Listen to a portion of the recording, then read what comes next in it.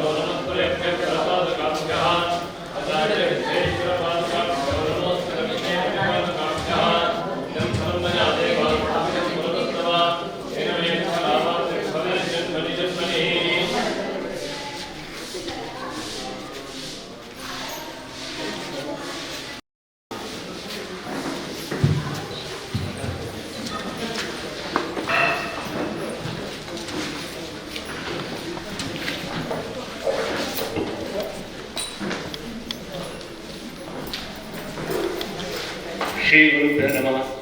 ಪರಮ ಪೂಜ್ಯ ಶ್ರೀ ಗಂಗಾಧರ ಪ್ರಸಿದ್ಧ ಸ್ವಾಮಿಗಳ ಪಾದಾರವಿಂದಕ್ಕೆ ನಮನ ಸಲ್ಲಿಸುತ್ತಾ,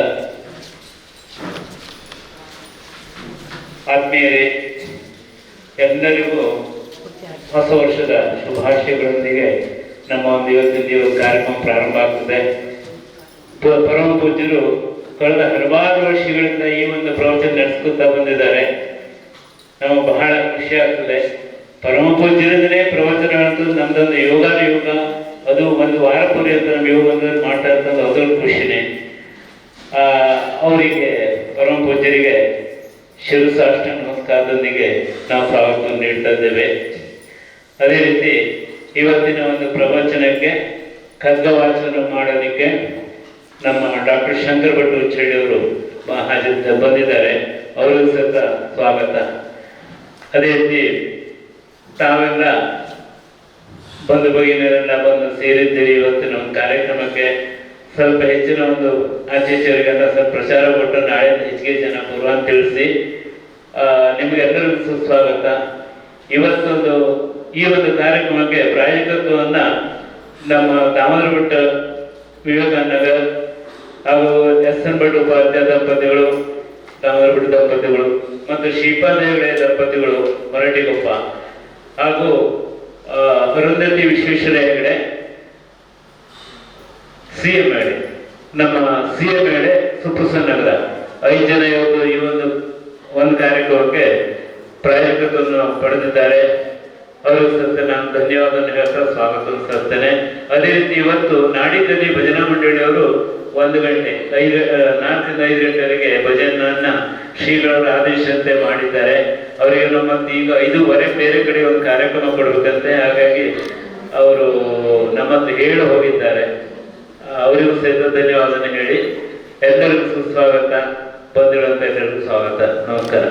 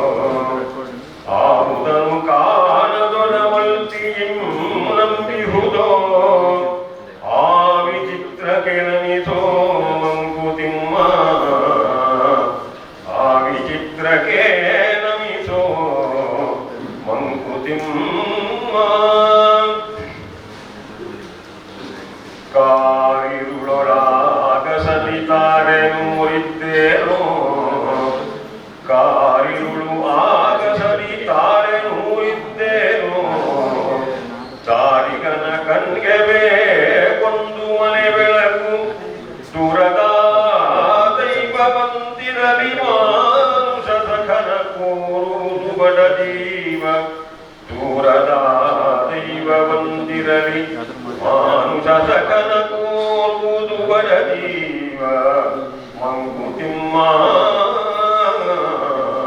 ಮಂಕುತಿಮ್ಮ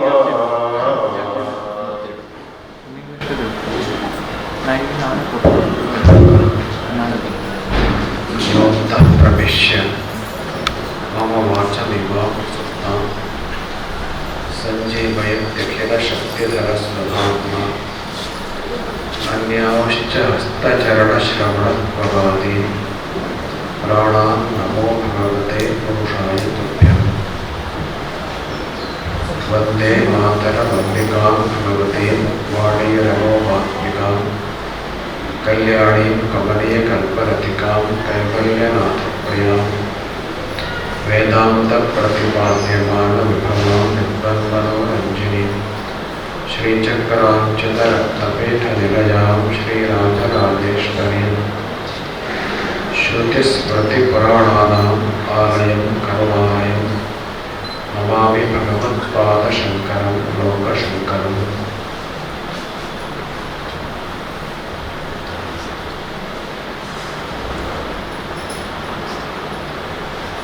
ಶಂಕರ ಭಗವತ್ಪಾದರ ಅದ್ವೈತ ಸಿದ್ಧಾಂತ ನಮ್ಮೆಲ್ಲರಿಗೂ ಮೂಲ. ಈ ದಿನ ನಾವು ಅವರ ಸನ್ನಿಧಿಯಲ್ಲಿಯೇ ಈ ಪ್ರವಚನದ ಮಾಲಿಕೆ ಆರಂಭ ಮಾಡ್ತಾ ಇದ್ದೇವೆ. ಡಿ.ವಿ. ಗುಂಡಪ್ಪನವರು ಡಿ.ವಿ.ಜಿಯವರು ಈ ಶಂಕರ ವೇದಾಂತವನ್ನು ಓದಿ ಅಡಗಿಸಿಕೊಂಡವರು. ಆ ಕಾಲದ ಅತ್ಯಂತ ಪ್ರಸಿದ್ಧ ವಿದ್ವಾಂಸರಾದ ಆಂಗ್ಲ ವಿರೂಪಾಕ್ಷ ಶಾಸ್ತ್ರಿಗಳು ಅವರ ಹತ್ರನೇ ವೇದಾಂತವನ್ನು ಓದಿದವರು. ಹಾಗೂ ಕನ್ನಡ ಸಾಹಿತ್ಯದಲ್ಲೂ ಕೂಡ ತುಂಬ ಪಳಗಿದವರು. ಹೀಗಾಗಿ ಆ ವೇದಾಂತ ಸಿದ್ಧಾಂತವನ್ನೇ ಈ ಮಂಕುತಿಮ್ಮನ ಕಗ್ಗದಲ್ಲಿ ಪದ್ಯದ ರೂಪದಲ್ಲಿ ಪಡೆದಿಟ್ಟಿದ್ದಾರೆ. ಅತ್ಯಂತ ಸುಲಲಿತವಾದ ಪದ್ಯಗಳು.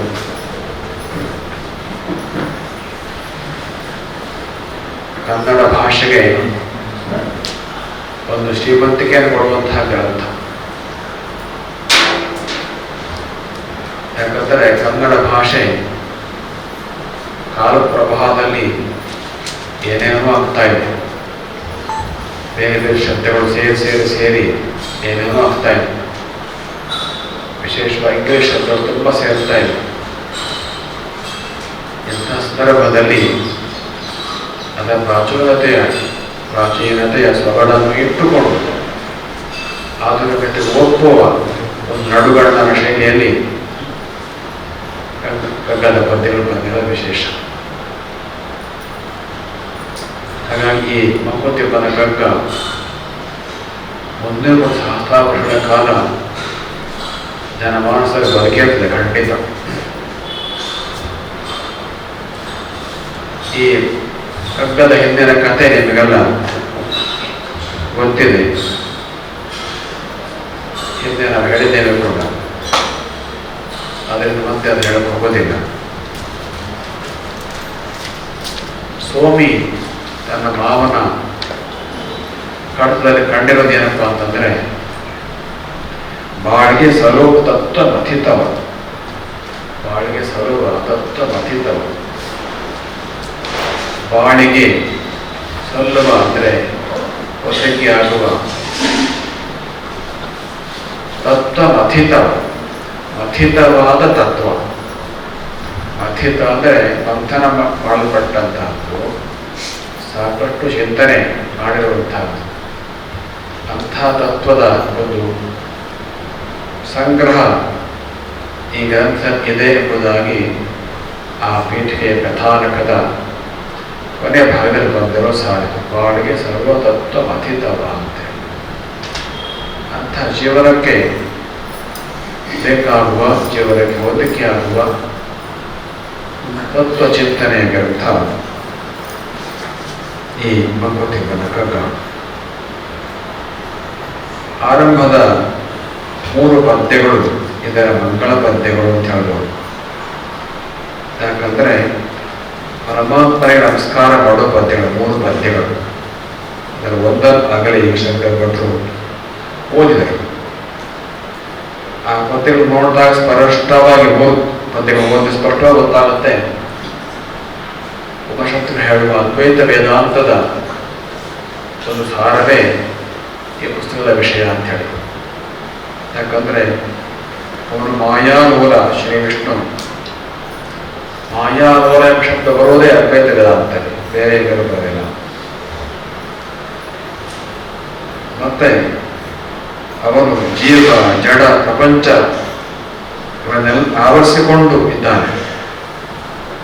ಆವರಿಸಿಕೊಂಡು ಒಳ ನೆರೆದು ಇರೋದಂತೆ, ಹೊರಗೆ ಆವರಿಸಿಕೊಂಡು ಒಳಗೂ ಒತ್ತಗ ಸೇರಿಕೊಂಡಿದೆ. ಹಾಸು ಹೊಕ್ಕಾಗಿ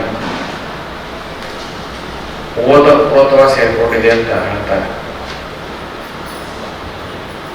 ಸರ್ವಂ ಓತಂ ಪ್ರೋತಂ ಅಂತ ಬೃಹದಾರಣ್ಯಕದಲ್ಲಿ ಬಂದಿರುವ ಶಬ್ದ.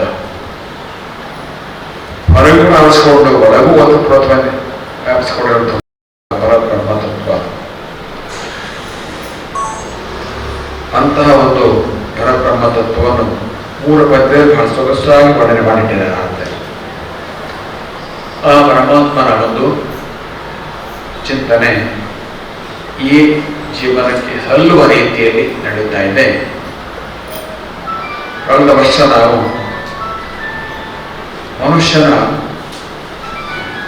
ಸಹಜವಾದ ಭಾವ ರಾಗೋದ್ರೇಕಗಳ ಬಗ್ಗೆ ಪದ್ಯಗಳನ್ನು ಓದಿದ್ವಿ. ಸಹಜವಾಗಿ ಒಂದಷ್ಟು ಭಾವ ಮತ್ತು ಪ್ರೀತಿಗಳನ್ನು ಕೊಡುವಂತಹ ಉದ್ವೇಗ ಮನುಷ್ಯನಿಗೆ ಇರ್ತದೆ. ಬಹುಶಃ ಅಂತಹ ಭಾವರಾಗ ಒಬ್ಬರಿಗೆ ಇಲ್ಲ ಅಂತಂದ್ರೆ ಬಹುಶಃ ಹುಚ್ಚನೋ ವ್ಯರ್ಥನೋ ಯಾವುದಕ್ಕೂ ಬದದ್ದನೋ ಹಿಂಗಿದ್ದವನಾಗಿರ್ತಾನೆ. ಸ್ವಲ್ಪ ಬುದ್ಧಿ ಇದ್ರೂ ಕೂಡ ಅವನಿಗೆ ಒಂದಷ್ಟು ಭಾವನೆಗಳು ಪ್ರೀತಿಗಳು ಇದ್ದೇ ಇರ್ತವೆ. ಹಾಗಾಗಿ ತಪ್ಪಲ್ಲ. ಆದರೆ ಆ ಉದ್ರೇಕ ನಮ್ಮ ಮನಸ್ಸಿನ ಸಮತೆಯನ್ನು ಅದಿರದಿರೆ ಅನುಗಣಿಸೋದ ಹಾಗೆ ಇರಬಾರ್ದು. ಅಷ್ಟೆ, ಮನಸ್ಸಿನ ಸಮತೆ ಕಳೆದು ಹೋಗಾಗೆ ಇರಬಾರ್ದು. ಆ ರೀತಿಯಲ್ಲಿ ಆ ಭಾವನೆಗಳ ಉದ್ರೇಕ ಬಂದರೆ ತಪ್ಪಿಲ್ಲ. ಮತ್ತು ಅದು ಪಾವನವೋ ಮಥನ, ಅದು ನಮ್ಮ ಹೃದಯವನ್ನ ಇನ್ನ ಶುದ್ಧಗೊಳಿಸ್ತದೆ ಅನ್ನೋ ಹಾಗೆ ನಿಮ್ಮ ಗುರು ಅಂತಹ ಭಾವನಾಗೋದ್ರೇಕಗಳನ್ನು ಸಮರ್ಥಿಸಿಕೊಳ್ತಾನೆ. ಒಂದು ಕಟ್ಟಡ ಹಾಕಿದ್ದಾನೆ. ಏನು ಈ ವಿವೇಕದ ಸಮತೆ ಅದರಿನ್ ಅದಿರದಿರೆ. ಅದು ಉದ್ರೇಕ ಉಂಟಾದ ಮಾತ್ರಕ್ಕೆ ಮನುಷ್ಯನ ಒಳಗಿನ ಬುದ್ಧಿಯ ವಿವೇಕ ಶಕ್ತಿ ಮುಚ್ಚೋಗ್ಬಾರ್ದು. ಹಾಗದು ಬಂದ ತಪ್ಪಿಲ್ಲ. ವಿವೇಕದ ಶಕ್ತಿ ಮುಚ್ಚೋಗ ಬಂದ್ರೆ ತಪ್ಪೆ. ಮತ್ತು ತೀವ್ರವಾದ ಉದ್ರೇಕ ಆದರೆ ಹಾಗಾಗ್ತದೆ, ವಿವೇಕದ ಶಕ್ತಿ ಕಳೆದು ಹೋಗ್ತದೆ. ಅದೇನು ಬಿಟ್ಟು ನಾವು ಕಾದ್ಕೊಂಡ್ರೆ ಅದನ್ನು ಆಗ ಇಂಥ ಉದ್ರೇಕಗಳಿಂದ ತಪ್ಪಲ್ಲ. ಈಗ ಮುಂದುವರೆದು ಮನುಷ್ಯನಿಗೆ ಇನ್ನೊಂದು ಜೀವದ ಬಗ್ಗೆ ಪ್ರೀತಿ ಬೇಕು. ಪ್ರೀತಿಯನ್ನು ಬಯಸ್ತದೆ ಮನುಷ್ಯನ ಹೃದಯ. ಅದನ್ನು ಒಂದು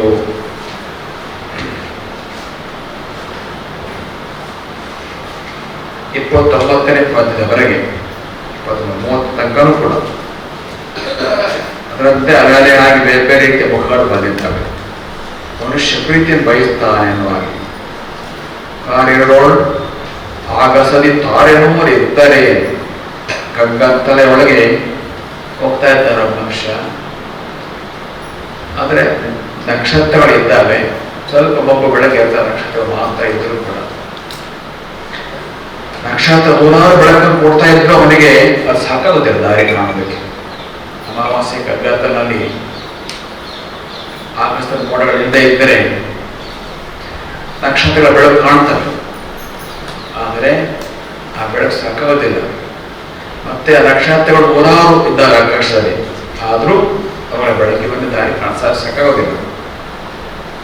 ನಾವು ಬೇರೆಯವರು ಮನೆ ಬಳಕೆ ಬೇಕು, ಮನೆಯಿಂದ ತಂದೆ ಬೆಳಕೆ ಬೇಕು ಅಂತ. ಹಾಗೆಯೇ ಬದುಕಿಗೆ ದೂರ ದೂರ ಇರತಕ್ಕಂಥವ್ರು ಯಾರೆಲ್ಲ ಇದ್ರೂ ಪ್ರಯೋಜನ ಇಲ್ಲ, ಹತ್ತ ಏನೋ ಬರಬೇಕು. ಪ್ರತಿಯೊಬ್ಬ ಮನುಷ್ಯ ಒಂಟಿತನವನ್ನ ಇಷ್ಟಪಡೋದಿಲ್ಲ ಮನುಷ್ಯ. ದೇವರಿಂದ ಕೇಳಬಹುದು, ಅದು ಹೇಳ್ತಾ ದೂರದ ದೈವಂತರಲಿ. ದೇವರ ದೂರ, ಯಾಕಂದ್ರೆ ನಮ್ಮ ಭಕ್ತಿ ಅಷ್ಟು ಬಡಕಲು ಭಕ್ತಿ. ಅದ್ರ ಬಗ್ಗೆ ಮುಂದೆ ಅದ್ಭುತವಾದ ನಿರ್ವಹಣೆ ಮಾಡಲಿಕ್ಕಿದೆ. ನಮ್ಮ ಬದುಕು ಇದು ಭಕ್ತಿ ಎಷ್ಟು ದುರ್ಬಲವಾಗಿಕೊಂಡಿದೆ ಅಂತ ಹೇಳಿ. ಹಾಗಾಗಿ ದೇವರು ದೂರ ಆಗ್ಬಿಟ್ಟಿದ್ದಾನೆ. ಭಕ್ತಿ ದೃಢವಾದ ಹತ್ರ ಆಗ್ಬಿಡ್ತಾನ ಅವನು, ಆದರೆ ಅದು ಹೆಚ್ಚಿನವರಿಗೆ ಬಡಕಲು ಭಕ್ತಿನೇ. ಹೀಗಾಗಿ ದೈವರ ದೂರ ಆಗ್ಬಿಟ್ಟಿದ್ದಾನೆ. ಹೀಗಾಗಿ ಮನುಷ್ಯ ಸಖನ ಕೋರುವುದು, ಮನುಷ್ಯ ತನಗೆ ಸಖ ಬೇಕು, ತನಗೆ ಪ್ರೀತಿ ಪಾತ್ರ ಒಬ್ಬ ಬೇಕು ಅಂತ ಬಳಸ್ತಾರೆ. ಪ್ರತಿಯೊಂದು ಬಡ ಜೀವ ಸಾಮಾನ್ಯ ಮನುಷ್ಯ ಒಬ್ಬ ಹಾಗೆ ಬಸ್ತಾನೆ. ಹರಿಗೆ ನಿನ್ನ ಅನುರಾಗವನ್ ಹರಿಗೆ ನಿನ್ನ ಅನುರಾಗವೆಲ್ಲವನು ಸಲ್ಲಿಸನೆ ಮರುನುಡಿಯ ನುಡಿಪನೆಯನ್ನು ಒಡಗು ತೋರದನು ಪರಿತಪಿಸುವುದು ಜೀವ ಸರಸವ ನೆನಸಿ ಪರಿತಪಿಸುವುದು ಜೀವ ಸರಸವ ನೆನಸಿ ನರಧರ್ಮ ಸೂಕ್ಷ್ಮವಿದು ಮಂಕುತಿಮ್ಮ ನರಧರ್ಮ ಸೂಕ್ಷ್ಮವಿದು ಮಂಕುತಿಮ್ಮ. ದೇವರ ಬಗ್ಗೆ ಬಂತಲ್ಲ, ಅದನ್ನೇ ವಿವರಿಸಿದೆ ಈ ಶ್ಲೋಕ. ನಮ್ಮ ಪ್ರೀತಿಯನ್ನ ದೇವರಿಗೆ ಇರೋಣ ಅಂತಂದ್ರೆ ಅಲ್ಲಿ ಒಂದು ತೊಡಕಾಗತ್ತೆ. ಸಾಮಾನ್ಯ ಜನರಿಗೆ, ತುಂಬಾ ಜ್ಞಾನಿಗಳೇ ಮಾತಲ್ಲ ಇದು, ಭಕ್ತರ ಮಾತಲ್ಲ ಇದು, ಸಾಮಾನ್ಯ ಜನರಿಗೆ ಹೇಳೋ ಮಾತು. ನನ್ನ ಪ್ರೀತಿಯನ್ನ ದೇವರಿಗೆ ಕೊಡೋಣ ಅಂತಂದ್ರೆ ಏನಾಗುತ್ತೆ ಅಂದ್ರೆ ಅವ್ರ ಕಡೆ ಪ್ರತಿಕ್ರಿಯೆನೇ ಗೊತ್ತಾಗುತ್ತೆ ನಮಗೆ. ಮರುನುಡಿ ನುಡಿವನೇ ಅವನಂತೇಳಿ ಮಾತಾಡ್ತಾನೆ ನಮಗೆ ಕೆಲಸದಿಂದ ವಾಸ್ತವಿಕ ಆಗಿದೆ, ಆದರೆ ಎಲ್ಲರೂ ಆಗಿದೆ, ಏನು ಹೇಳ್ತಾ ಇಲ್ಲ ಅವನಂತೇಳಿ ಸುಮ್ಮನೆ ಕೂತ ದೇವರು ಗೊತ್ತಾಗ್ತಿದ್ದಾನೆ, ಮಾತಾಡೋದಿಲ್ಲ ಅಂತ ಹೇಳ್ತಾರೆ. ಸುಮ್ಮನೆ ಕೂತವನಿಗೆ ದೃಷ್ಟಾಂತ ಕೊಡದೆ ದೇವರು. ಅದರಿಂದ ಅವನ ಪ್ರತಿಕ್ರಿಯೆ ಇಲ್ಲ ಅಂತ ಭಾವನೆ ಇರ್ತದೆ. ನೆನ್ಕೊಳ್ಳೋದು ಬಡವ ತೋರದನು, ಅದರ ಶಬ್ದದಲ್ಲಿ ಬಹಳ ವಿಶೇಷ ಇದೆ. ಬಡವದ ನಮ್ಮ ಅಂತರಂಗ, ಅದನ್ನು ತೋರಿಸ್ಲಿಕ್ಕೆ ಆಗೋದಿಲ್ಲ ನಮಗೆ. ಯಾಕಂದ್ರೆ ದೇವರ ಬಗ್ಗೆ ಪೂರ್ತಿ ಭಕ್ತಿ ಇಲ್ಲ. ದೇವರ ಬಗ್ಗೆ ಪೂರ್ತಿ ಭಕ್ತಿಯಿಂದ ಪೂರ್ತಿ ಮನಸ್ಸನ್ನು ಬಿಚ್ಚಿ ಹೇಳ್ಬಿಡ್ಬೋದು. ಹಾಗೆ ಬಡವ ತೋರದೆ ಇದ್ದದ್ರಿಂದ ಒಂದ್ತಿರಿ ಮಾತಾಡ್ತಾನೆ ಇಲ್ಲ. ಹಾಗಾಗಿ ಜೀವ ಬರಿತರಿಸ್ತದೆ. ಏನಂತ ಜೀವದ ರಸ ಎಳೆಸಿ ಇನ್ನೊಂದು ಜೀವದ ಸರಸವನ್ನ ಪ್ರೀತಿಯನ್ನ ಇಚ್ಛೆ ಪಟ್ಟು ಪ್ರತಿಯೊಬ್ಬನೂ ಕೂಡ ಪರಿತಪಿಸ್ತಾ ಇರ್ತಾನೆ. ನನಗೊಬ್ಬ ಪ್ರೀತಿ ವ್ಯಕ್ತಿ ಬೇಕು, ಮಗನೋ ಗೆಳೆಯನೋ ಯಾರು, ಪತಿಯೋ ಪತ್ನನೋ ಪತ್ನಿಯೋ, ಹೀಗೆ ಇನ್ನೊಬ್ಬ ನನ್ನ ಜೊತೆಗಾರ ನನಗೆ ಏರಿದೆ ಅಂತ ಬಯಸ್ತಾನೆ. ಇದು ನರಧರ್ಮ ಸೂಕ್ಷ್ಮ, ಇದು ನರಧರ್ಮ ಸೂಕ್ಷ್ಮ. ಇದು ಧರ್ಮ ಸೂಕ್ಷ್ಮ ಅಂದ್ರೆ ಅವನ ಸ್ವಭಾವ ಸೂಕ್ಷ್ಮ. ಧರ್ಮ ಅಂದ್ರೆ ಬಹಳ ದೊಡ್ಡ ಧರ್ಮ ಶಬ್ದ ಇದ್ದರೂ ಅವಶ್ಯಕತೆ ಇಲ್ಲ. ಧರ್ಮ ಸ್ವಭಾವ, ಮನುಷ್ಯನ ಒಳಗಿರುವ ಒಂದು ಸೂಕ್ಷ್ಮವಾದ ಸ್ವಭಾವ ಅಂತಂದ್ರೆ ಅಂತರಂಗದ ಪ್ರತಿಯೊಬ್ಬನು ಇನ್ನೊಬ್ಬನ ಪ್ರೀತಿಯನ್ನು ಬಯಸ್ತಾನೆ. ಇನ್ನೊಬ್ಬರ ಪ್ರೀತಿ ಇದ್ರೇನೆ ನೆಮ್ಮದಿಯಿಂದ ಬರುತ್ತಾನೆ. ಅದರ ಬಗ್ಗೆ ಇನ್ನೊಂದಷ್ಟು ವಿಷಯಗಳಿಂದ ಮುಂದೆ ಆಗ್ತದೆ. ಮನುಜರು ಪದಿನಾದರವನು ಪಡೆಯದ ಹೃದಯವೋ ಮನುಜರು ಪದಿನಾದರವನು ಪಡೆಯದ ಹೃದಯವು ಅನುರಾಗವನು ಬಿಡಾಗೋ ಶುಕಗೋ ಕವಿಗೋ ಶುನಕೋ ಸುರಿದ ಅದರ ಸುರಿದರ ಮಾತನಿಯ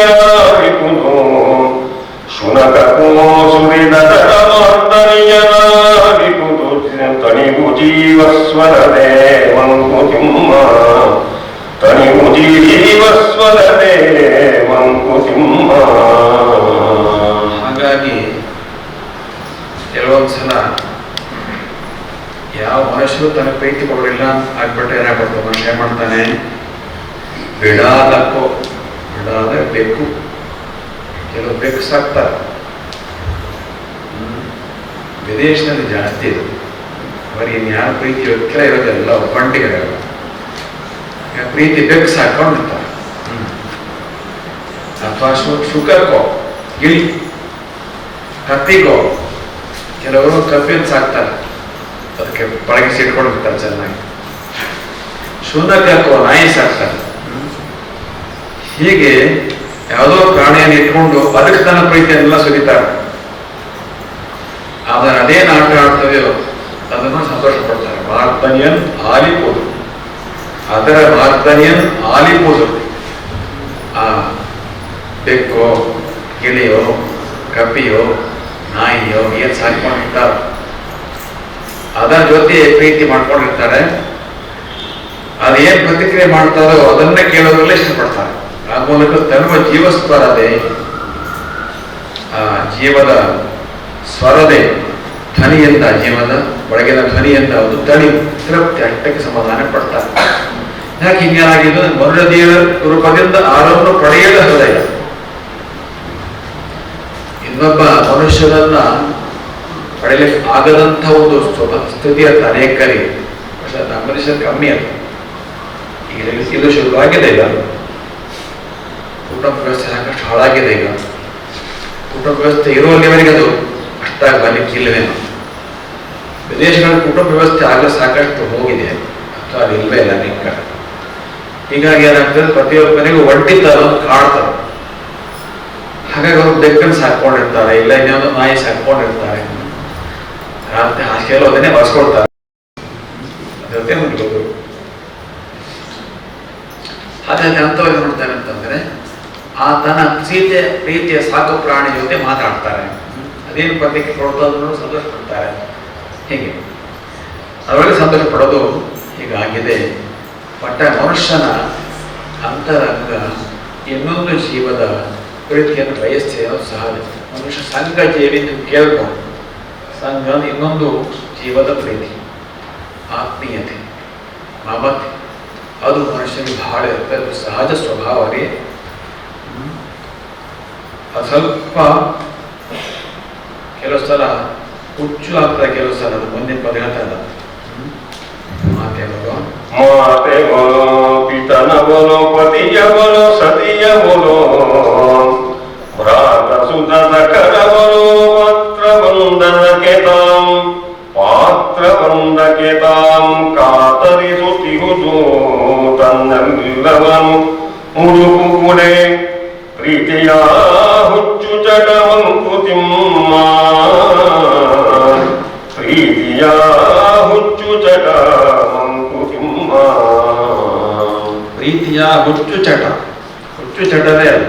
ಅಂದರೆ ಹುಚ್ಚೋದೇನು, ಏನೋ ಒಂಥರದ ಮೋಹ, ಮೋಢ್ಯ ಅದರೊಳಗಿದೆ.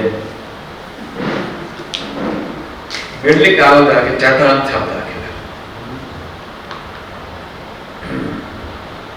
ಯಾವುದೋ ಒಂದು ಸಂಬಂಧ, ಮಾತೆಯವರು ತಾಯಿಯನ್ನೇ ಕೊಟ್ಟು ತಾಯಿಯ ಬಗ್ಗೆ ಎಲ್ಲ ಕೊಡ್ತಾ ಹೋಗೋದು. ತನ್ನೆಲ್ಲ ನಮ್ಗೆ ಅಮ್ಮ ಇದ್ದಾರೆ, ನೋಡ್ಕೋಬೇಕು ನಾನು ಅಂತೇಳಿ ಆಫೀಸ್ಗೆ ಹೋದಾಗ್ತೇನೆ, ಮನೆ ಬರೋಗೆ ಆಶ್ರಮ ನೋಡ್ಕೊತೇ ಬರ್ತಾನೆ. ಪಿತನವರು ತನಗೆ ವಯಸ್ಸಾದ ಅಪ್ಪ ಇದ್ದಾರೆ, ನಾನು ಜ್ವರ ಮಾಡುವಾಗ ಬೇಗ ಮನೆಗೆ ಹೋಗ್ಬೇಕು ಅಂತ ಹೋಗ್ತಾನೆ. ಪತಿಯವರು, ಸತಿಯವರು, ಒಬ್ಬ ಪತಿನಿಷ್ಠೆಯಾದ ಪತ್ನಿ ತನ್ನ ಪತಿಯ ಬಗ್ಗೆ ಆಲೋಚನೆ ಮಾಡ್ತಾನೆ. ಅದೇ ಥರ ಪತ್ನಿನಿಷ್ಠಾದ ಪತಿ ತನ್ನ ಪತ್ನಿಯ ಬಗ್ಗೆ ಅದೇ ಥರ ಆಲೋಚನೆ ಮಾಡ್ತಾನೆ. ಭ್ರಾತೃ ಸುಖ ಸಖರವರು ತನ್ನ ಸಹೋದರ, ತನ್ನ ಮಗ, ತನ್ನ ಸ್ನೇಹಿತ, ಹೀಗೆ ಯಾವುದೋ ಒಂದು ಪಾತ್ರ, ಅಂದ್ರೆ ಯಾವುದೋ ಸಂಬಂಧ, ಅದಕ್ಕೆ ಪ್ರತಿಯೊಬ್ಬ ಇಷ್ಟಪಡ್ತಾ ಇರ್ತಾನೆ. ಮತ್ತು ತನ್ನದೆಲ್ಲವೂ ಅದಕ್ಕೆ ಕೊಡ್ತಾ ಹೋಗ್ತಾನೆ. ತನ್ನದೆಲ್ಲವನ್ನೂ ಉಡುಪು ಕೊಡೆ, ಚೆನ್ನ ಇದು ತಿಮ್ಮಗುರು ಶಬ್ದ ಇದೆ. ಉಡುಪು ಕೊಡೆ, ಉಡುಪು ಕೊಡುವುದು ಸಂಪೂರ್ಣ ಸಮರ್ಪಣೆ ಮಾಡೋದು ಅಂತ ಅರ್ಥ. ಆ ರೀತಿ ತನ್ನ ಮೇಲೆ ಕೊಡಬೇಕು ಅಂತ ಹೇಳಿ ಬಯಸ್ತಿದೆ ಮನುಷ್ಯನ ಹೃದಯ. ಇದು ಒಂದೇ ಹುಚ್ಚು ಚಟವೇ. ಯಾಕೆಂದ್ರೆ ಅಜ್ಞಾನ ಇದರಲ್ಲಿ. ಭಗವಂತ ಹೇಳ್ತಾನೆ, ಯಾ ಸ್ವಪ್ನಂ ಭಯಂ ಶೋಕಂ ವಿಷಾದಂ ಅದಮೇವ ಚ ವೈಗುಂಠ ದುರ್ನಯಥ ಧೃತಿಸ್ಥ ಪಾರ್ಥ ತಾಪಸಿ ಅಂತ 18ನೇ ಅಧ್ಯಾಯದಲ್ಲಿ. ಧೃತಿ ಅಂದರೆ ಕಟ್ಕೊಂಡಿರೋದು ಬಿಡೋದೇ ಆಗೋದಿಲ್ಲ. ಸ್ವಪ್ನ, ಭಯ, ಶೋಕ, ವಿಷಾದ ಇತ್ಯಾದಿಗಳೆಲ್ಲ ಅದೇ ಥರ ಇದು ಇದೆ, ಅದು ಇದೆ. ಹಾಗೆ ಬಟ್ ಮಮಕಾರವನ್ನು ಬಿಟ್ಟು ಹೊರಬರಕ್ಕೆ ಆಗೋದಿಲ್ಲ. ಅದು ಅದರೊಳಗೆ ವ್ಯಾಮೋಹ ಬಿಟ್ಟರೆ ಬದುಕೆ ಇಲ್ಲ ಅನ್ನೋ ಮಟ್ಟೆ ಆಗುತ್ತಾನೆ ಮನುಷ್ಯ. ಅದಕ್ಕೆ ಚಟ. ಅಶ್ವತ್ಥಾಮನಿಗೆ ಯುದ್ಧದಲ್ಲಿ ಸತ್ವದ ಅಶ್ವತ್ಥಾಮ ಅಂತೇಳಿ ದ್ರೋಣಾಚಾರ್ಯ ಹೇಳ್ತಾರೆ. ಕಥೆಯನ್ನು ಕೇಳ್ಬೋದು. ಅಶ್ವತ್ಥಾಮ ಹತಃ ಕುಂಜರ ಸಣ್ಣ ಹೇಳ್ಬಿಟ್ಟು ಅಷ್ಟೇ. ದ್ರೋಣಾಚಾರ್ಯ ಜೋರಾಗಿ ಯುದ್ಧ ಮಾಡ್ತಾ ಇದ್ದ. ಹೇಗೆ ಎದ್ದಕ್ಕೆ ತಗೊಂಡು ಹೋಗೋದು ಅದು ಕೃಷ್ಣ ಹೊಡೆದಂತ ತಂತ್ರ ಏನಪ್ಪಾ ಅಂತಂದ್ರೆ, ಅವನಿಗೆ ಅಶ್ವತ್ಥಾಮನ ಬಗ್ಗೆ ಅಷ್ಟು ಪ್ರೀತಿ. ಅವ ಸತ್ತೋದ ಶಬ್ದಕ್ಕೆ ಬಿದ್ದುಬಿಟ್ರೆ ಇವ ಅಲ್ಲಿಗೆ ನಿಂತ ಹಾಗೆ. ಹೀಗಾಗಿ ಅಶ್ವತ್ಥಾಮ ಹತಃ ಅಂತ ನಮಗೆ ಹೇಳಿಸ್ಬೇಕಾಗ್ತದೆ. ಯಾರ ಹೇಳಿ ಕೇಳೋದಿಲ್ಲ, ಅವನು ಸುಳ್ಳು ಹೇಳ್ತಾರೆ, ಎಲ್ಲ ಮೋಸ ಮಾಡ್ತಾರೆ. ಹಾಗೆ ಧರ್ಮ ತಿಳಿಸ್ಬೇಕು. ಆ ಧರ್ಮ ಸುಳ್ಳು ಹೇಳ್ಬಾರ್ದು ನನಗೆ. ಇಲ್ಲಪ್ಪ ಸುಳ್ಳು ಹೇಳ ತಂದೆ ಕೊಡ್ತೇನೆ. ಅಶ್ವತ್ಥಾಮ ಮತ ಇಷ್ಟು ದೊಡ್ಡ ಕೇಳು ಕುಂಜ ಸಣ್ಣ ಕುಂಜರ ಒಂದು ಆನೆ. ಯುದ್ಧರಂಗದಲ್ಲಿ ಅಶ್ವತ್ಥಾಮ ಬೆಳೆಸಿದ ಒಂದು ಆನೆಯೂ ಇತ್ತು. ಅದನ್ನು ಬಾಣ ಹೊಡೆದು ಕೊಂದು ಹಾಕಿ ಹೇಳೋದು ದೊಡ್ಡ ಅಶ್ವತ್ಥಾಮ ಹತ ಕುಂಜರ. ಅವನು ದೊಡ್ಡ ಹೇಳಿದಷ್ಟೇ ಕೇಳಿ ದ್ರೋಣಾಚಾರ್ಯ ಅವನ ತಕ್ಷಣ ಯಾರದಕ್ಕಾಗಿಟ್ಟೇ ಬಿಟ್ಟ. ಇಷ್ಟು ಮಟ್ಟಿಗೆ ಆ ಪ್ರೀತಿಯ ವ್ಯಾಮೋಹದ ಬಂಧನ ಇರ್ತಾರೆ ನಮಗೆ. ಎಂತೆಂಥ ದೊಡ್ಡ ವ್ಯಕ್ತಿಯವರು ಕೂಡ ಅಲ್ಲಿಗೆ ನಿಂತು ಹೋಗುತ್ತಾರೆ. ಅದಕ್ಕೆ ಅದು ಹುಚ್ಚು ಚಟ ಅಂತಲೇ ಮಂಕುತಿಮ್ಮನ ಶಬ್ದ. ಪ್ರೇಮ ಕನಲ ಪಿಶಾಚಿ ತೃತೀಯಾಂತಿರೆ ಲಕ್ಷ್ಮೀ. ಪ್ರೇಮ ಕನಲ ಪಿಶಾಚಿ ತೃತೀಯಾಂತಿರೆ ಲಕ್ಷ್ಮೀ. ಭ್ರಾಮಿ ಕುದಲು ಪ್ರತಿ ಪ್ರೇಮ ಯಾಚನೆಯುಲ್. ಮಾಮಕ ವಿಜಂದಾವುದ ಕೋತಾನೆ ಬರಿಗೋಗಿ. ಮಾಮಕ ವಿಜಂದಾವುದ ಕೋತಾನೆ ಬರಿಗೋಗಿ. ಶಾಮನವನೊಂದು ಮುದು ಮಂಕುತಿಮ್ಮ. ಶಾಮನವನೊಂದು ಮುದು ಮಂಕುತಿಮ್ಮ. ಇದು ಹುಚ್ಚು ಚಟ ಅಂತಂದ್ರೆ ಇದು ಹೇಗೆ ಅಂತ ತೋರಿಸ್ತಾರೆ ಈ ಪದ್ಯದಲ್ಲಿ. ಅದು ತೃತೀಯಾಂತಿರೆ ಲಕ್ಷ್ಮಿ ಕನಲೆ ಪಿಶಾಚಿ. ತೃಪ್ತಿಯಾಗಿದ್ರೆ ಆ ಪ್ರೇಮ ಎಂಬುದು ಲಕ್ಷ್ಮಿ ಇದ್ದ ಹಾಗೆ. ಕೇಳ್ದನ್ನೆಲ್ಲ ಕೊಡ್ತಾಳೆ, ಆರಾಮ ಸಂತೋಷವಾಗಿರ್ತಾಳೆ. ಸ್ವಲ್ಪ ವ್ಯತ್ಯಾಸ ಆಯಿತು ಅಂತಂದ್ರೆ, ಕೆಳಿತು ಅಂತಂದ್ರೆ ಅವಾಗ ಪಿಶಾಚಿ ಆಗ್ತದೆ. ಇದು ಕೂಡ ಅನೇಕ ಜೀವನದಲ್ಲಿ ಕಾಣ್ತೀವಿ. ಪುರಾಣಗಳು ಕೂಡ ಅಂಥ ಕಥೆಗಳು ಬರ್ತವೆ. ಅಂಬೆಯ ಕಥೆ ನಿಮ್ಗೆ ಕೇಳಿದ್ರು, ಭೀಷ್ಮನ ಚರಿತ್ರೆ, ಭೀಷ್ಮ ಅಂಬೆಯ ಕಥೆ. ಕಥೆ ವಿವರಕ್ಕೆ ಹೋಗೋದಿಲ್ಲ. ಆ ಅಂಬೆ ಎಂಬ ಮಗಳು, ಅಂಬೆ ಅಂಬಿಕೆ ಅಂಬಾರಿಕೆ, ಹಿರಿಯ ಮಗಳು ಅಂಬೆ. ಅವಳು ಶಾಲ್ವನಿಗೆ ಮನಸ್ಸು ಹೋತ್ಬಿಟ್ರು. ಯದ್ಯಪಿ ಮದುವೆ ನಿಶ್ಚಯ ಆಗಿದೆ, ಸ್ವಯಂವರ ನಾಳೆ ದಿವಸ. ಆದರೆ ಹಿಂದಿನ ದಿನ ಭೇಟಿಯಾದಂಥ ಶಾಲ್ವನ ಬಗ್ಗೆ ಮನಸ್ಸು ಹೋತ್ಬಿಟ್ರು, ಮನಸ್ಸು ಕೊಟ್ಬಿಟ್ಲು ಅವನಿಗೆ. ಈಗ ಏನಾಯ್ತು ಅಂತಂದ್ರೆ ಕರೆ ಬಂದ್ಬಿಡ್ತು. ಅದೇನಾಯ್ತು, ಮೊದಲನೇ ಘಟನೆ ಹಂಗೆ ಆಗಲಿಲ್ಲ. ಮೊದಲು ಬೇರೆ ಆಗ್ಬಿಡ್ತು. ಭೀಷ್ಮ ಬಂದ್ಬಿಟ್ಟ, ಎಲ್ಲರಿಗೆ ಎದ್ಬಿಟ್ಟ. ಅಲ್ಲಿಗೆ ಇವಳ ಮಾತಲ್ಲಿ ಕೈ ತಪ್ಪಿ ಹೋಯ್ತು. ಆವಾಗ ತುಂಬ ದುಃಖ ಆಯ್ತು. ಏನಾಯ್ತು, ಪ್ರೇಮ ಕೆರಳು ಹೋಯ್ತು. ಅವಳ ಜೀವನದ ಕೊನೆ ತಕ್ಕ ನೆಮ್ಮದಿಲ್ಲ ಅವಳಿಗೆ. ಕೊನೆ ಕೂಡ ಹಾಗೆಯೇ ಅಸಮಾಧಾನದಲ್ಲಿಯೇ ಕೋಪದಲ್ಲಿಯೇ ಸತ್ತು ಹೋದು.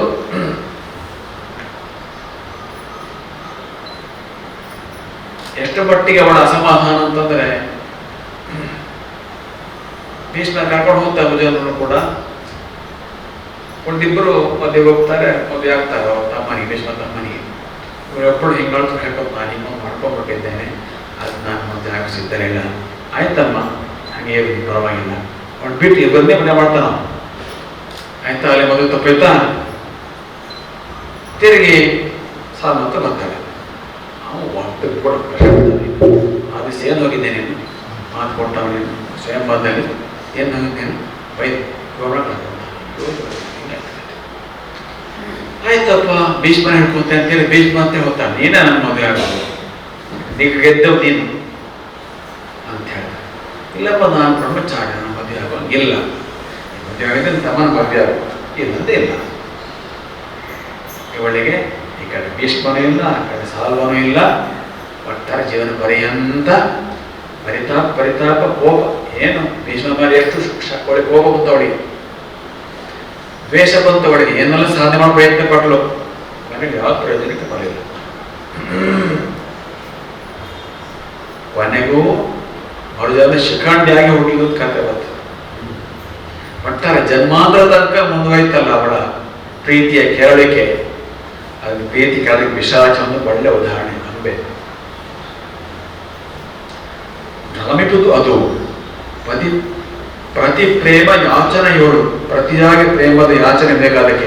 ಅದ ಸ್ವಭಾವ ಅಂತಂದ್ರೆ ನಾನು ಯಾರಿಗೆ ಪ್ರೀತಿ ಕೊಡ್ತೇನೋ ಅವನ ಕಡೆ ತಿರುಗಿ ತನ್ನ ಪ್ರೀತಿ ವಾಪಸ್ ಸಿಗ್ಬೇಕು, ವಾಪಸ್ ಅಡೆ ಹೋಗ್ತದೆ. ನಾನು ಕೊಡೋದಷ್ಟೇ ಅವ್ರು ತಿರುಗಿ ಕೊಡ್ತಾ ಇರಂತಂದ್ರೆ ಅವಾಗ ಎಲ್ಲೋದಕ್ಕೆ ತೊಂದರೆ ಆಗುತ್ತೆ. ಪರಸ್ಪರ ಜೊತೆಗೆ ಅರ್ಥ ಮಾಡ್ಕೊಳ್ಳಿಲ್ಲ ಅಂತಂದ್ರೆ ತೊಂದರೆ ಆಗ್ತಾವ. ಹಾಗಾಗಿ ಅಂಥ ಒಂದು ಪಿಶಾಚ ಇದ್ದಂಗೆ ಅದು. ಮತ್ತು ಇನ್ನೊಂದು ತೊಂದರೆ ಅಂತಂದ್ರೆ ಮಾಮಕಂ ಇದು ಎಂದು ಆಗುವುದಕ್ಕೋ ತಾನೇ ಬಲಿ ಹೋಗಿ ಶ್ರಾಮನ ಒಟ್ಟುದುಬೋದು. ಇದು ನನ್ನದು ಈಗ ಭಾವನೆ ಬಂದ್ಬಿಡ್ತು ಅಂತಂದ್ರೆ ಅದಕ್ಕೆ ಬಲಿ ಹೋಗ್ಬಿಡ್ತದೆ, ಅಂದ್ರೆ ಸಂಪೂರ್ಣ ತನ್ನ ಒಪ್ಸ್ಕೊಂಡ್ಬಿಡ್ತದೆ. ಆ ಮೂಲಕವೇ ಅದು ಮನಸ್ಸಿಗೆ ಏನೋ ಶ್ರಮವನ್ನು ಕಂಡುಕೊಳ್ಳುತ್ತದೆ. ಒಟ್ಟಾರೆ ಒಂದು ರೀತಿಯ ವಿಚಿತ್ರವಾದ ಮನುಷ್ಯನ ಸ್ವಭಾವ ಈ ಪ್ರೀತಿ ಅನ್ನುವಂಥದ್ದು. ಬಂಧನವದೇನಲ್ಲ ಜೀವ ಪ್ರೇಮ, ಬಂಧನವದೇನಲ್ಲ ಜೀವ ಪ್ರೇಮ, ಒಂದೇ ನಿಡೆ ಜೀವವರೆ ಬೆರೆತರನೆ ಪೂರ್ಣ, ದಂತುಗವನ್ ಅರೆಗೈದು ಸಂತಸವ ನಿಮ್ಮಡಿಪ, ಬಾಂಧವ್ಯ ದೈವ ಕೃಪೆ ಮಂಕುತಿಮ್ಮ, ದೈವ ಕೃಪೆಗೆ ಮಂಕುತಿಮ್ಮ. ಹಾಗಾದ್ರೆ ಅದನ್ನು ಬಿಟ್ಟೇ ಬಿಡೋಣ. ಹುಟ್ಟು ಚೋಟ ಅಂತ ಇರ್ತಾರೆ, ಸಂಪೂರ್ಣ ಬಿಡಬೇಕು ಅಂತ ಚಿಂತನೆ ಬರುವ ನನ್ನ ಅಭಿಪ್ರಾಯ ಅಲ್ಲ. ಹದವಾಗಿರ್ಬೇಕು, ಹದವಾಗಿದ್ರೆ ಅದು ಒಳ್ಳೇದೇ. ಬಂಧನವದೇನಲ್ಲ ಜೀವ ಪ್ರೇಮ, ಒಂದು ಜೀವಕ್ಕೆ ಇನ್ನೊಂದು ಜೀವದೊಡನೆ ಪ್ರೇಮ ಪ್ರೀತಿ ಎಂದು ಅದು ಇನ್ನು ತುಂಬ ದೊಡ್ಡ ಸಂಕೋಲೆ ತಿಳ್ಕೊಳ್ಳೋ ಅವಶ್ಯಕತೆ ಇಲ್ಲ. ಹೇಗೆ ಸಂಕೋಲೆ ಅಲ್ಲ ಅಂತಂದ್ರೆ ಒಂದೇ ಏನೇ ಜೀವವು ಅದೇ ಒಬ್ಬರಿಂದ ಇರೋ ಥರ ಅರ್ಧಮರ್ಧ ಅನುಭವವೇ ಆಗ್ತಾ ಇರ್ತಾನೆ ನನಗೆ. ಬೆರೆತರಳೆ ಪೂರ್ಣ ಇನ್ನೊಂದು ಜೀವದೊಡೆ ಸೇರ್ಕೊಂಡಿದ್ರೆ ಅದು ಪೂರ್ಣವಲ್ಲ, ಪೂರ್ಣಕ್ಕೆ ಅನುಭವವಾಗಿ ಮಾಡ್ತಾರೆ. ಮತ್ತೆ ಎಂಥ ಬಾಂಧವ್ಯ ಇರ್ಬೇಕಂತಂದ್ರೆ ದುಂದುಗವನ್ ಅರೆಗೈದು ಸಂತಸವನ್ ಇಂಬಡಿಪ, ತನ್ನ ಕಷ್ಟ ಕೋಟೆಗಳನ್ನು ಅರ್ಥ ಮಾಡಿಕೊಡ್ಬೇಕು, ಸಂತೋಷದ ಈವಡಿ ಮಾಡ್ಕೊಡ್ಬೇಕು. ತನ್ನ ಕಷ್ಟ ಕೋಟೆಗಳನ್ನು ಕಡಿಮೆ ಮಾಡಿಕೊಡಬೇಕು, ಸಂತೋಷವನ್ನು ಹೆಚ್ಚಿಗೆ ಮಾಡಿಕೊಡ್ಬೇಕು. ಅಂಥ ಬಾಂಧವ್ಯ ಇದ್ದರೆ ಅದು ಒಳ್ಳೆಯದೇ. ಸಿಗೋದು ಕಷ್ಟ, ದೈವ ಕೃಪೆ. ಬಾಂಧವ್ಯ ದೈವ ಕೃಪೆ. ಈ ರೀತಿಯ ಬಾಂಧವ್ಯ ಸಿಕ್ಕೋದು ಅದು ಪೂರ್ವಜನ್ಮದ ಅದಷ್ಟ ದೇವರ ಅನುಗ್ರಹ. ಹೇಳ್ತಾರಲ್ಲ, ಋಣಾನುಬಂಧರೂಪೇಣ ಪ್ರತಿಪತ್ನಿ ಸುತಾದಯ ಅಂತ ಹೇಳಿ ಪತಿ ಪತ್ನಿ ಮಗ ಇತ್ಯಾದಿಗಳೆಲ್ಲ ಸಿಕ್ಕೋದು ಯಾವುದೋ ಒಂದು ಹಿಂದಿನ ಜನ್ಮದ ಋಣದ ಅನುಬಂಧ ಮುಂದುವರಿಕೆ ಇದ್ದದರಿಂದ. ಋಣ ಅಂದರೆ ಕೊಡೋದು ಅಥವಾ ತಗೊಳ್ಳೋದು ಎಂದು ಬಾಕಿ ಇರ್ತದೆ, ಅದರ ಅನುಬಂಧ ಮುಂದುವರಿಕೆ. ಹೀಗಾಗಿ ಬಂದಿರ್ತದೆ ಈ ರೀತಿ ಸಂಬಂಧಗಳು ಆವಾಗ ಜನ್ಮಾಂತರದ ಕರ್ಮ ಸಂಬಂಧ ಆಗಿದ್ದರೆ ಅಂಥ ಒಂದು ಸಂಬಂಧ ಗಟ್ಟಿ ನಿಂತಿರುತ್ತೆ. ಅದೇ ದೈವ ಕೃಪೆ. ದೈವ ಶಬ್ದಕ್ಕೆ ಎರಡು ಅರ್ಥ. ಒಂದು ನಮ್ಮ ಅದೃಷ್ಟ, ನಮ್ಮ ಒಳ್ಳೆಯ ಕರ್ಮ ಪುಣ್ಯದ ಫಲ. ಇನ್ನು ದೇವರ ಇಚ್ಛೆ ಅದಿದ್ದರೆ ಇಂಥ ಒಳ್ಳೆಯ ಸಂಬಂಧ ಕೂಡ ದೊರಕ್ತದೆ. ಅದು ಮನುಷ್ಯನಿಗೆ ತಪ್ಪಲ್ಲ, ಇರಲಿ ಅಂತ ಹೇಳ್ತಾನೆ. ಇನ್ನೊಬ್ಬರು ಒಂದು ಭಜನೆ ಮಾಡೋಣ.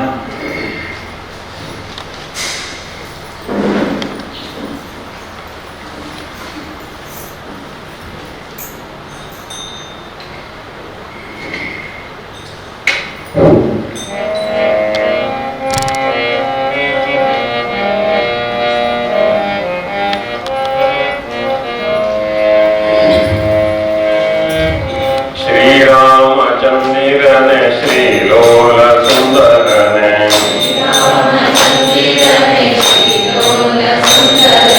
ಶ್ರೀಮನ್ನಾರಾಯಣ ರಾಮ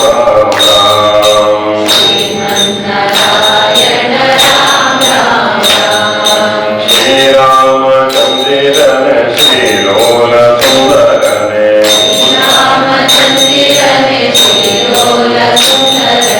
ಶ್ರೀಮನ್ನಾರಾಯಣ ರಾಮ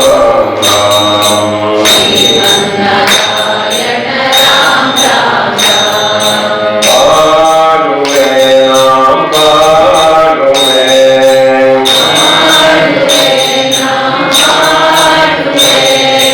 ಪಾಲುವೆ ನಾಂ ಪಾಲುವೆ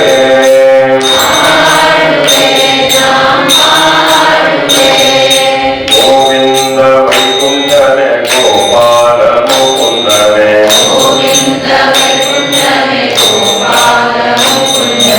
ಗೋವಿಂದ ವೈಕುಂಠನೆ ಗೋಪಾಲ ಮುಕುಂದನೆ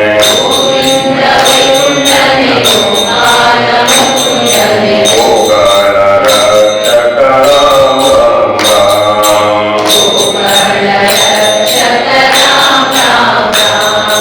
ಗೋಗಳ ರಕ್ಷಕ ರಾಮ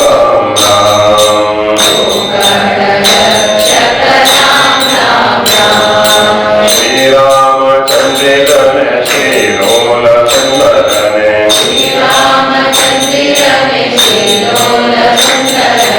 ಶ್ರೀಮನ್ನಾರಾಯಣ ರಾಮ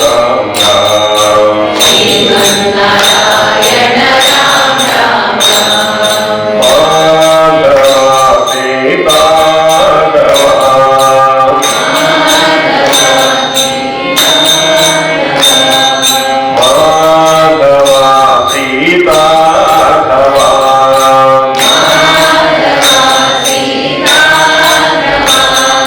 ಮೋದ ಪ್ರದಾಯಕ ಸಾಧು ಜನ ಪ್ರಿಯ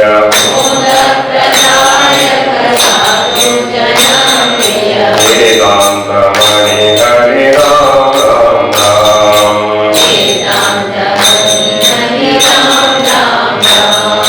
ವೇದಾಂತ ಮಣಿ ಹರಿ ರಾಮ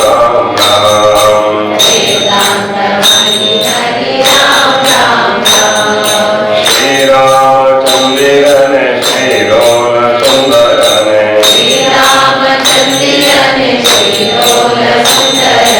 ಶ್ರೀಮನ್ನಾರಾಯಣ ರಾಮ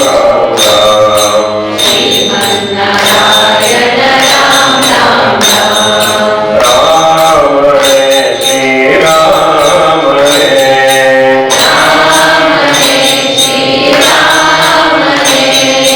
ಸೀತಾರಾಮನೇ ರಘುರಾಮನೇ ವಂದನೆ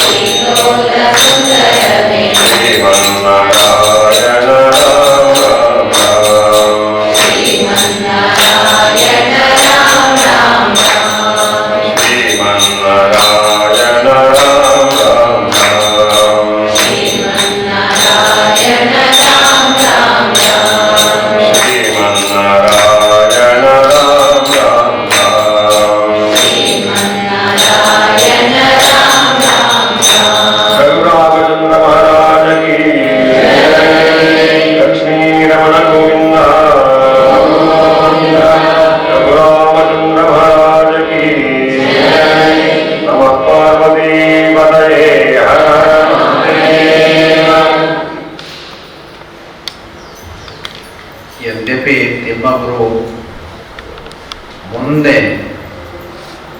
ನಿರ್ಮಿತ್ರನಾಗಲು ಕಲಿ ಅಂತ ಸಂದೇಶ ಕೊಡಲಿಕ್ಕಿದ್ದಾನೆ. ಮುಂದೆ 689ನೇ ಪದ್ಯ, ನಿರ್ಮಿತ್ರನಿರಲು ಕಲಿ ಮಂಕುತಿಮ್ಮ ಅಂತ ಒಂದು ಪದ್ಯವೇ. ಒರವನೆ ನಿರ್ವನೀಕಟ ಕ್ಷಣಗಳಲ್ಲಿ ಧರ್ಮ ಸಂಕಟಗಳಲ್ಲಿ ಜೀವ ಸಮರದಲ್ಲಿ ನಿರ್ಮಾಣ ದೀಕ್ಷೆ ನಿರ್ಯಾಣ ಘಟ್ಟದಲ್ಲಿ ನಿರ್ಮಿತ್ರನಲ್ಲೂ ಕಲಿ ಮಂಕುತಿಮ್ಮ. ಅದರಿಂದ ಎತ್ತರಕ್ಕೆ ಹೋದಾಗ ಎಲ್ಲ ಸಂಘವನ್ನು ಬಿಟ್ಟು ಇರುವಂತಹದ್ದು ಕೂಡ ಅದೊಂದಿದೆ. ಅದು ಮುಂದುವರೆದವನಿಗೆ ಎತ್ತರಕ್ಕೆ ಹೋದ ಅದನ್ನು ಮುಂದುವರೆದವನಿಗೆ. ಆದರೆ ಸಾಮಾನ್ಯನಿಗೆ ಹಾಗಾಗೋದಿಲ್ಲ. ಅವನಿಗೆ ಇನ್ನೂ ಜೀವದ ಒಂದು ಉಪಕಾರ ಬೇಕು ಅವನಿಗೆ. ಅದನ್ನು ಹೇಳುವ ಪದ್ಯಗಳಿದ್ದಾರೆ.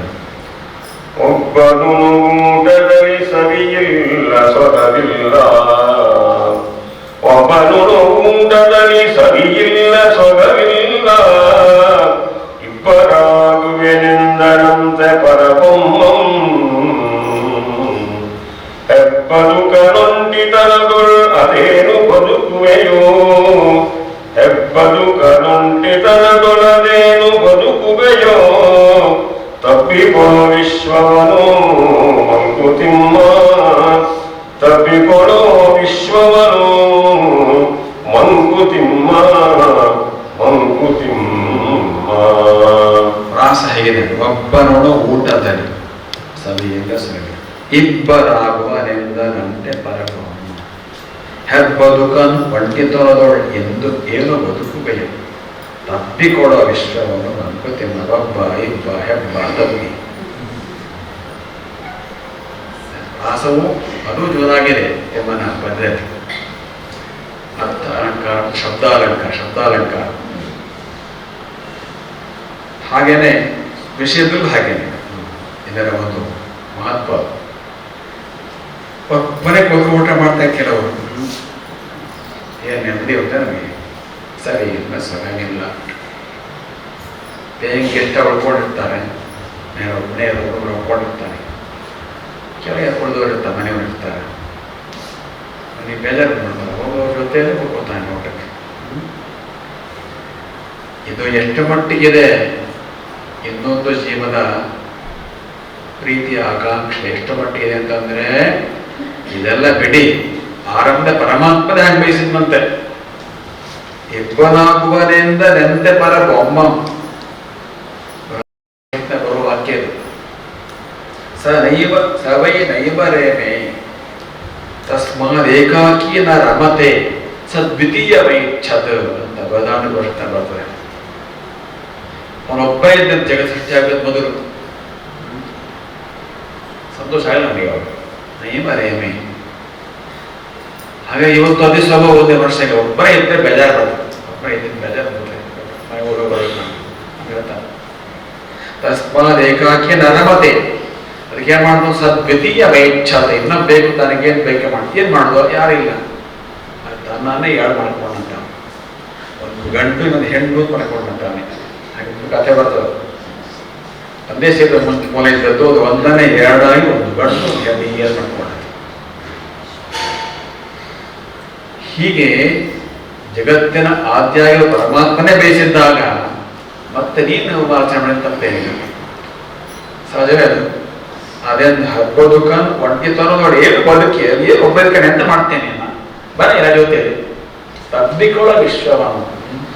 ಇನ್ನೊಂದ್ ಕಡೆ ಬರ್ತಾ ಇದ್ದೆ ಡಿ ವಿಜಯ ಪದದಲ್ಲಿ ಎಲ್ಲರೊಳಗೆ ಒಂದಾಗು ಮಂಕುತಿಮ್ಮ. ಆದ್ರೆ ನಿನ್ನ ಸಂಬಂಧ ಹೆಂಗಿರ್ಬೇಕು ಬೇರೆ ಜೊತೆ ಒಂದು ಪದ್ಯ ಹೇಳ್ತಾರೆ. ಕೊಳದಿನಿ ನೀ ಒಂದು ತೆರೆಗೆದ್ದು ಹರಡುತ್ತೆ, ಕೊಳದಿನಿ ನೀ ಒಂದು ತೆರೆಗೆದ್ದು ಹರಡುತ್ತೆ, ವಲಯ ವಲಯಗಳಾಗಿ ಸಾರುವುದು ತಡಕೆ, ಅಲೆಗಳ ತೆರದಿ ನಿನ್ನಾತ್ಮದಿಂ ಪರಿಪರಿದು, ಅಲೆಗಳ ತೆರದಿ ನಿನ್ನಾತ್ಮದಿಂ ಪರಿಪರಿದು, ಕಲೆತುಕೊಳ್ಳಲಿ ಜಗದಿ ಮಂಕುತಿಮ್ಮ, ಕಲೆತುಕೊಳ್ಳಲಿ ಜಗದಿ ಮಂಕುತಿಮ್ಮ. ಹೇಗಿರಬೇಕು ಬೇರೆ ಬೇರೆ ಜೀವದ ಸಂಬಂಧ ಅಂತಂದ್ರೆ, ಒಂದು ಉದಾಹರಣೆ, ಒಂದು ಕೊಳದಲ್ಲಿ ಮೀಯುತ್ತಾ ಇದ್ದಿ ಅಂತ ತಿಳ್ಕೊ. ಒಳಗೆ ಎದ್ದು ಮಾಡ್ತೀನಿ, ಸ್ನಾನ ಮಾಡಬೇಕು, ಹೇಳಬೇಕು, ಬರೀ ಹಿಂಗೆ ಎತ್ಕೊಂಡು ಹೋಗ್ಕೊಳ್ಳೋದಲ್ಲ, ಎತ್ಕೊಂಡು ಹೋಗಿದ್ದ ಮನೆ ಸ್ನಾನ ಮಾಡ್ಬೋದು, ಒಳಗೆ ಸ್ನಾನ ಮಾಡಬೇಕು. ಒಳಗೆ ಸ್ನಾನ ಶ್ರೇಷ್ಠ, ಸ್ವಲ್ಪ ಹುಷಾರಿರ್ಬೇಕಷ್ಟೇ. ಒಳಗೆ ಎದ್ದು ಮಾಡ್ತೀಯ ನಾವು, ಏನಾಗುತ್ತೆ, ತೆರೆಗಳು ಇರ್ತದೆ ನಿಂತಲ್ಲಿಂದ, ತೆರೆಗಳು ಎದ್ದು ಸಾಲ ಒಂದೊಂದು ಹೋಗ್ತಾ ಇಲ್ಲಿ ತನಕ, ಆ ದೊಡ್ಡ ತನಕ ಹೋಗಿ ಎತ್ಕೊಳ್ತಾರೆ, ಮತ್ತೆ ಮತ್ತೊಂದು ಹೋಗ್ತಾರೆ. ಹಾಗೆ ವಲಯಗಳಾಗಿ ಸಾಕ್ತದೆ. ಅದೇ ತರ ನಿನ್ನ ಆತ್ಮದಿಂದ ಪ್ರೀತಿ ಮತ್ತು ಹಿತಗಳ ಅಲೆಗಳು ಎಳಬೇಕು ಇನ್ನೊಬ್ಬರ ಬಗ್ಗೆ. ಪ್ರೀತಿ ಮತ್ತು ಹಿತಗಳ ಚಿಂತನೆ ಅಲೆಗಳು, ಅವುಗಳು ಇನ್ನೊಬ್ಬರಿಗೆ ಹೋಗಿ ಸೇರ್ಬೇಕು. ಇದೇ ತರ ಇಬ್ರು ಇದ್ದರೆ ಸರಿ ಹೋಗ್ತಾರೆ. ಅಪ್ಪ ಮಗ ಇಲ್ಲಿ, ಪತಿ ಪತ್ನಿ ಇಲ್ಲಿ, ಅಣ್ಣ ತಮ್ಮ ಇಲ್ಲಿ, ಯಾರು ಬೇಕಾದ್ರೆ ಇಬ್ಬರಲ್ಲಿ ಈ ರೀತಿಯಲ್ಲಿ ಪರಸ್ಪರ ಪ್ರೀತಿ ಮತ್ತು ಹಿತಗಳ ಅಲೆಗಳು ಹರಿಬೇಕು. ಮತ್ತೆ ತಿಮ್ಮಗುರು ಹೇಳ್ತಾನೆ, ಬರೀ ಇಬ್ಬರ ಬಗ್ಗೆ ಮಾತಾಡ, ಕರೆತುಕೊಳ್ಳಲಿ ಜಗದಿ, ನಿನ್ನ ಪ್ರೀತಿ ಮತ್ತು ಹಿತದ ಅಲೆಗಳು ಎಲ್ಲರಿಗೂ ಇದೆ. ಅದರ ಬಗ್ಗೆ ಆ ರೀತಿಯಲ್ಲಿ ಒಳ್ಳೆಯ ಪ್ರೀತಿಯ ಅಲೆಗಳು, ವೈಬ್ರೇಷನ್, ನಿನ್ನ ಕಡೆಯಿಂದ ಹೋಗ್ತಾನೆ, ವೈಬ್ರೇಷನ್ ಅಂತ ಇಂಗ್ಲಿಷ್ ಅಲ್ಲಿ ಒಂಥರ ನಕಾರಾತ್ಮಕವಾದ ವೈಬ್ರೇಷನ್ ಇರುತ್ತೆ ಕೆಲವರಲ್ಲಿ. ಇನ್ನೊಬ್ಬರ ಬಗ್ಗೆ ಯಾವಾಗಲೂ ಬೇಸರ, ಕೋಪ, ಸದ್ಭಾವನೆ, ಅದು ಬಹಳ ತೀವ್ರವಾಗಿದ್ದೆ ಇನ್ನೊಬ್ಬರ ದುಷ್ಪರಿಣಾಮ ಆಗುತ್ತೆ. ದೃಷ್ಟಿದೋಷ ಆಗುತ್ತೆ, ಅಥವಾ ಏನೇನಾಗತ್ತೆ ಅವರಿಗೆ. ಹಾಗಾಗಿ ಬೇಡ, ಎಲ್ಲರ ಜೊತೆ ಪ್ರೀತಿ ಮತ್ತು ಹಿತಗಳ ಅಲೆ ನಿನ್ನ ಕಡೆ ಹೋಗ್ತಾ ಇದೆ ಮನಸ್ಸಿನಿಂದ ಅಂತ ಹೇಳ್ತಾನೆ. ಪ್ರತ್ಯೇಕ ಸುಖವಲ್ಪದುದು ಗಳಿಗೆ ತೋರ್ಕೆಯದು, ಪ್ರತ್ಯೇಕ ಸುಖವಲ್ಪದುದು ಗಳಿಗೆ ತೋರ್ಕೆಯದು, ಆತ್ಮವಿಸ್ತಾರವಾಗಿ ಪುದೆ ನಿತ್ಯ ಸುಖ. ವ್ಯಕ್ತಿ ಜೀವನದ ತುಂಬು ಸಮಷ್ಟಿ ಜೀವನದಿ ಒಟ್ಟು ಬಾಳುವುದ ಕಲಿಯೋ ಮಂಕುತಿಮ್ಮ, ಒಟ್ಟು ಬಾಳುವುದ ಕಲಿಯೋ ಮಂಕುತಿಮ್ಮ, ಮಂಕುತಿಮ್ಮ. ಏಕಾಕಿ ಸಹವಾಸಿ ಮಂಕುತಿಮ್ಮ ಅಂತ ಇನ್ನೊಂದು ಕಡೆ ಬಂದಿದೆ. ತಾಕನಂದನು ಯೋಗಿ ಮೂಕನಂದನು ಜಗದಿ, ಏಕಾಕಿ ಸಹವಾಸಿ ಮಂಕುತಿಮ್ಮ. ಯೋಗಿ ಬಹಳ ವಿಚಿತ್ರ, ತನ್ನ ನಿಜ ಸ್ಥಿತಿಯಲ್ಲಿ ಏಕಾಕಿಯಾಗಿದ್ದರು ಎಲ್ಲರ ಜೊತೆ ಬೆಳಿತಾನ.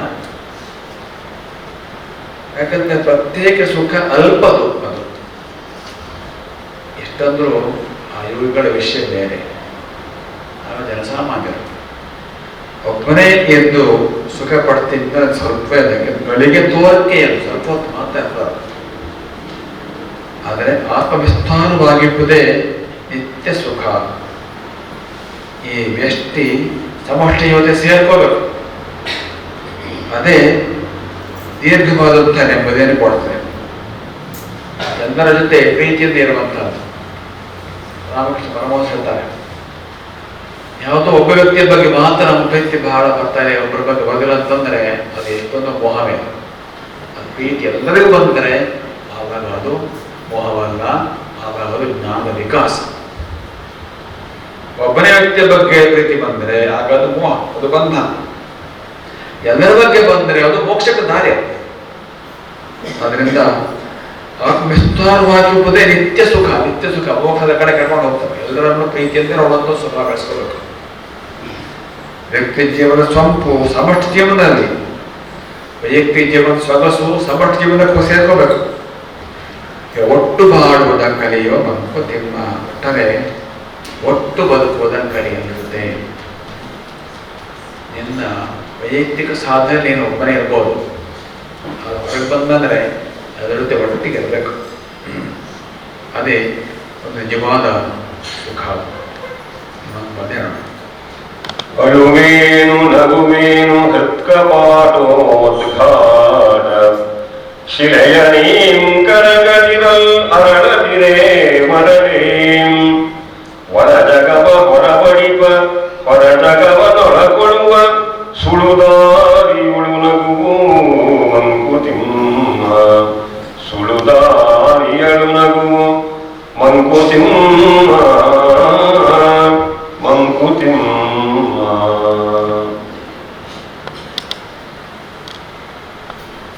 ನಮ್ಮ ಭಾವನೆಗಳು ಅಳುವು ಅಥವಾ ನಗುವು ನಮ್ಮದು ಏನು ಹೃತ್ಕಪಾಟೋದ್ಘಾಟ, ಹೃದಯದ ಕಪಾಟ ಅಂದರೆ ಕವಾಟ ಒಳಗೆ ಇದ್ದಂಥ ಭಾವನೆ ಉದ್ಘಾಟ ಹೊರಗೆ ಬರುವಂಥದ್ದು.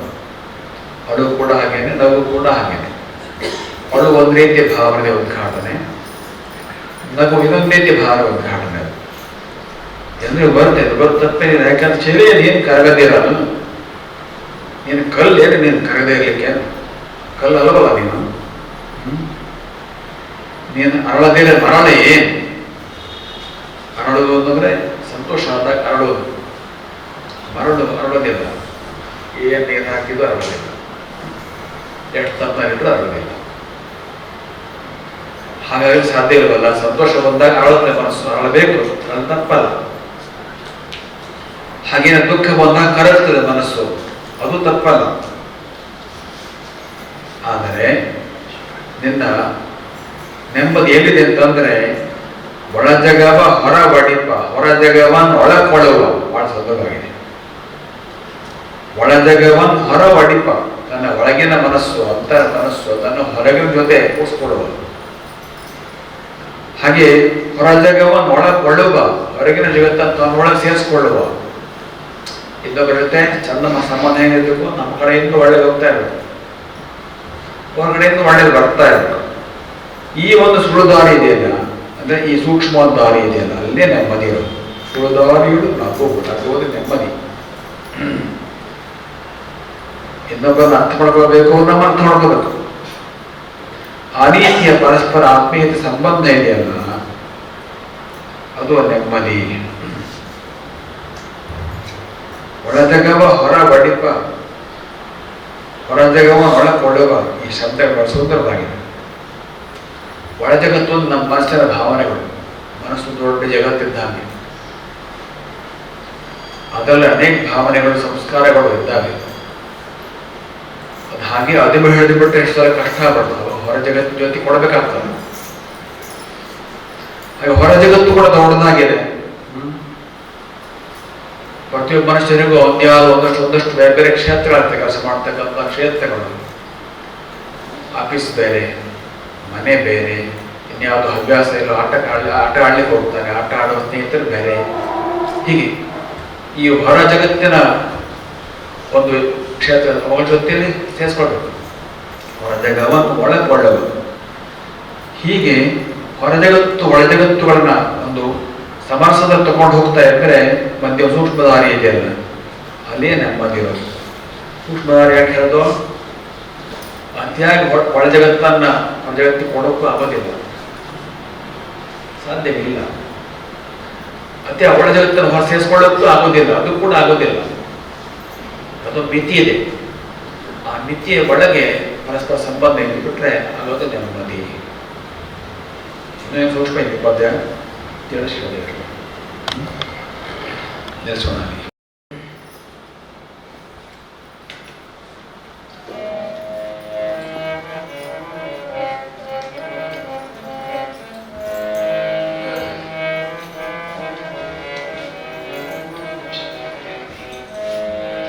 ನರಸಿಂಹ ಜಯ ನರಸಿಂಹ, ನರಸಿಂಹ ಜಯ ನರಸಿಂಹ.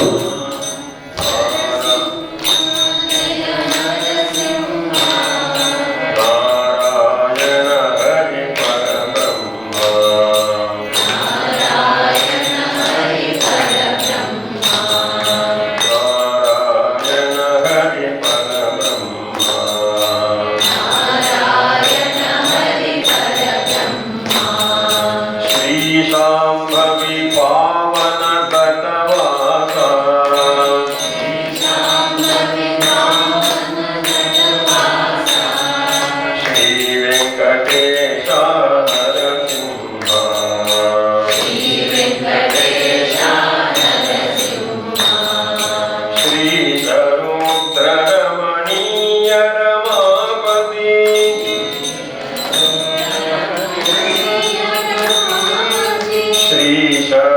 ರುದ್ರರಮಣೀಯ ರಮಾಪತಿ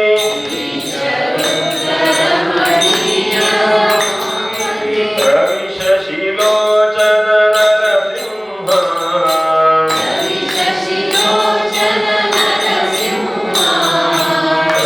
ಶಶಿಲೋಚನ ನರಸಿಂಹ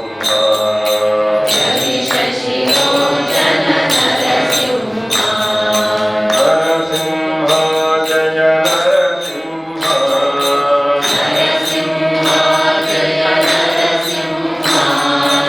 ನಾರಾಯಣ ಹರಿ ಪರಬ್ರಹ್ಮ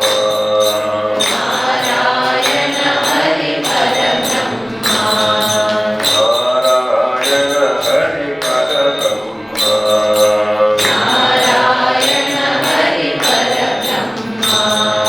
ಇಂದಿರಾಧವನೇ ಇಂದು ಮಾಧವನೇ ಇಂದು ಮಾಧವನೇ ಸಿಂಧು ಶಯನ ಹರಿ ನರಸಿಂಹ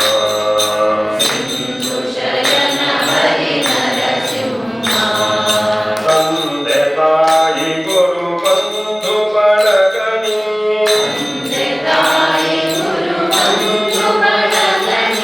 ತಂದೆ ತಾಯಿ ಗುರು ಬಂಧು ಬಳಗನಿ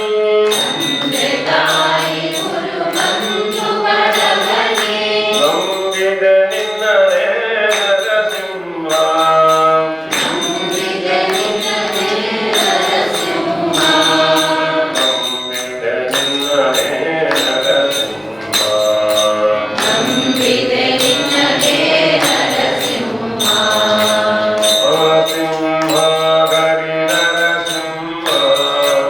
ನರಸಿಂಹ ಹರಿ ನರಸಿಂಹ ನಾರಾಯಣ ಹರಿ ಪರಬ್ರಹ್ಮ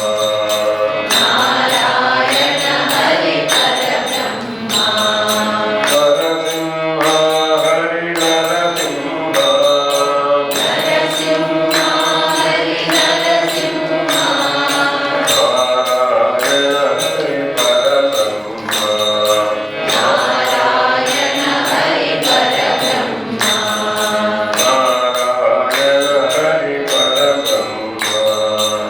ನಾರಾಯಣ ಹರಿ ಪರಬ್ರಹ್ಮ ಲಕ್ಷ್ಮೀರಮಣ ಗೋವಿಂದ ಗೋವಿಂದ ಪ್ರಹ್ಲಾದ ವರದ ಗೋವಿಂದ ಗೋವಿಂದ ಸದ್ಗುರು ಮಹಾರಾಜ ಕೀ ಜೈ.